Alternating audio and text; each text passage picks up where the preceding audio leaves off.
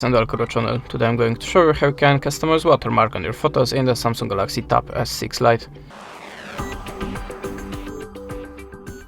So let's start open the camera app, then go to the settings and tap on the watermark. Now on the switcher on the watermark.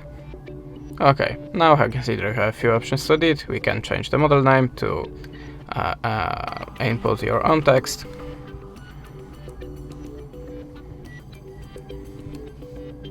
If you're ready, click save. You can add also date and time. Remember here you have a preview of your watermark and the position of it. You can change the font. Now just go back to the camera, take your photo and customize it. Watermark should appear in the right bottom corner. There is it. And this is the default one. That's it. Thanks for watching. Leave us a subscribe or a comment and goodbye.